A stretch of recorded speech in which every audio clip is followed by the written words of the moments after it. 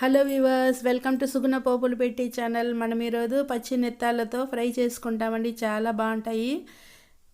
దీంట్లో ముళ్ళు కానీ సన్న ముళ్ళు ఉంటుంది కాబట్టి చాలా చాలా టేస్ట్గా ఉంటాయండి. ఇది ఎట్లా చేయాలన్నా చూస్తామా మరి? ఓకే. ముందుగా ఇట్లా నెత్తాలు తీసుకున్నామండి. దీన్ని బాగా క్లీన్ చేసుకోవాలి.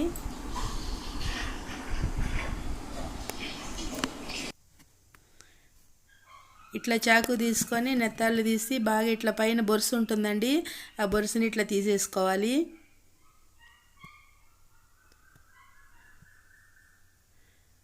మనకి ఇట్లా చూసినామంటే అంత అనిపిదండి, చాలా బొరుసు ఉంటుందండి ఇందులో. చిన్న చేప అయినా కానీ చూడండి ఎంత వస్తూ ఉందో. అదంతా క్లీన్ చేసేసుకోవాలి.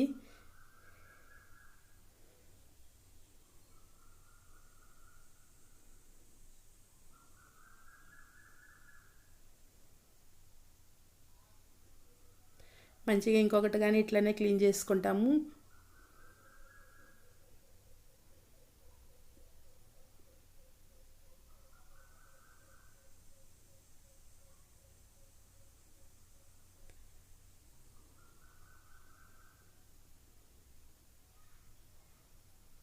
ఇది పులుసు పెట్టుకుంటే కానీ చాలా బాగుంటుందండి. ఈ పచ్చి నెత్తాలు దొరికినాయంటే.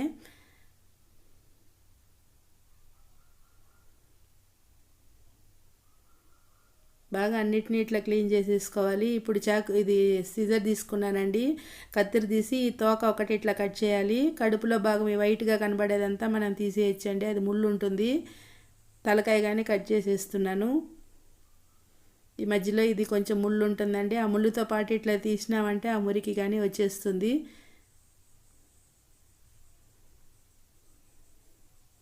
సన్న ముళ్ళు ఉంటుందండి, కానీ అది తీసేసినామంటే చాలా టేస్ట్గా ఉంటుంది. చూడండి, ముళ్ళు తీసేసరికి ఆ మురికి కానీ వచ్చేసింది. బాగా ఇట్లా అన్నిట్లో క్లీన్ చేసి పెట్టుకోవాలి.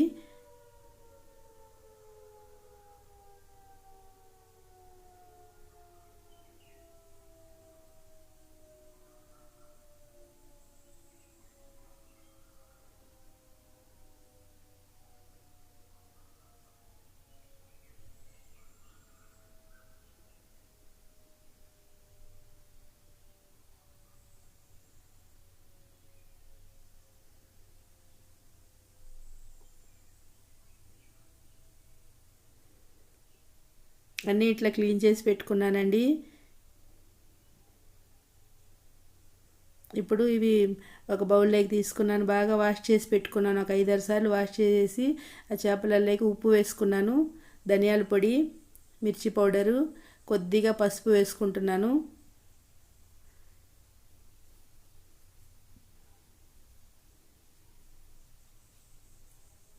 ఇప్పుడు బియ్యం పొడి తీసుకున్నానండి. బియ్యం పిండి 1.5 స్పూన్ అంతా వేసాను.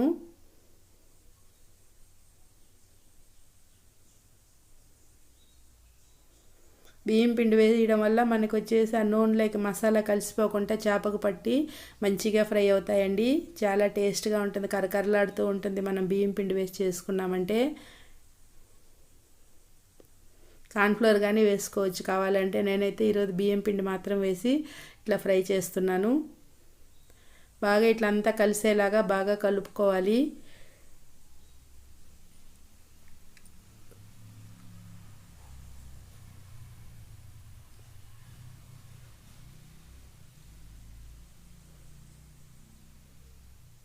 కొద్దిగా నీళ్ళు వేసుకోవాలండి.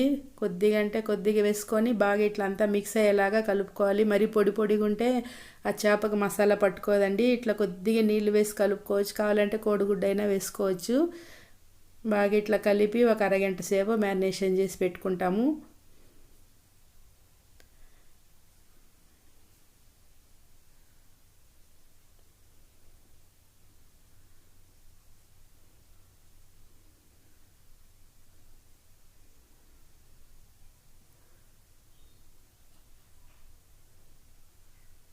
అరగంట తరువాత అండి, బాగా ఆయిల్ బాగా వేడయ్యింది, అందులోకి ఇట్లా వేసేసుకుంటాం.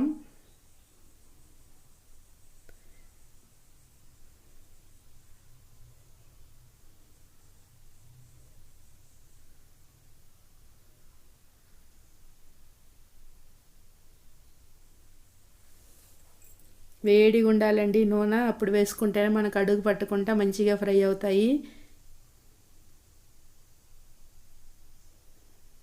చల్ల నూనెలో వేసామంటే అవి అడుగు పడతాయి, మనకి విరిగిపోతాయండి. ఇప్పుడు కరివేపాకు వేసుకుంటున్నా పైన.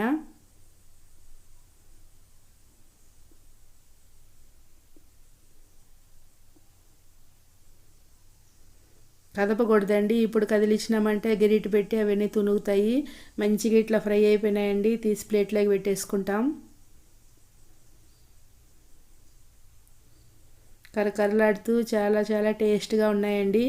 ఇప్పుడు రెండోసారి వేసుకుంటాము.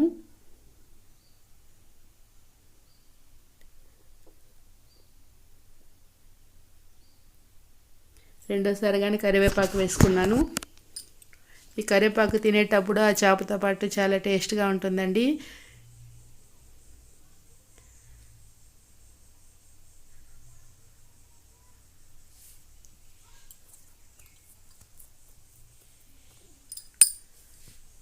బాగా ఫ్రై అయిపోయినాయి చూడండి, కరకరలాడుతూ.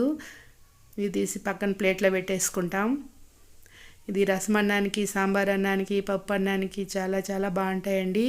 మనకి పిల్లలకి ఈవినింగ్ స్నాక్గా చేసి పెట్టిన చిప్స్ లాగా చాలా ఇష్టంగా తింటారు.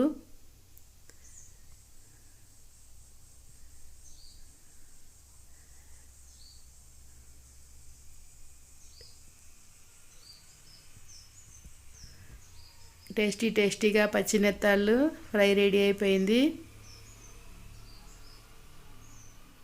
చూడండి ఎంత బాగా కరకరలాడుతూ ఉన్నాయో. మీరు ఇట్లనే చేసుకొని చూడండి, చాలా బాగుంటాయండి. మనకి పప్పు అన్నానికి, రసం అన్నానికి తినేటప్పుడు కానీ చాలా బాగుంటాయి. ఈ చేప హెల్త్ కానీ మంచిది అంటారండి, నెత్తాలు తినడం వల్ల చాలా మంచిదంటారు. దీంట్లో ముళ్ళు కానీ ఉండదు కాబట్టి మనం ఈజీగా తినచ్చండి. ఓకే వ్యూవర్స్, మీరు ఇట్లనే చేసుకొని చూడండి, ఎట్లా వచ్చిందో కమెంట్ సెక్షన్లో తెలియపరచండి. ప్లీజ్ మన ఛానల్ నచ్చినట్లయితే సబ్స్క్రైబ్ చేసుకోండి, లైక్ చేయండి. ఈ వంట మీకు నచ్చినట్లయితే మీ ఫ్రెండ్స్కి షేర్ చేయండి. మేము ఈ నెత్తాల ఫ్రైతో ఎంజాయ్ చేస్తామండి, మీరు ఇట్లనే చేసుకోండి. Okay viewers, bye.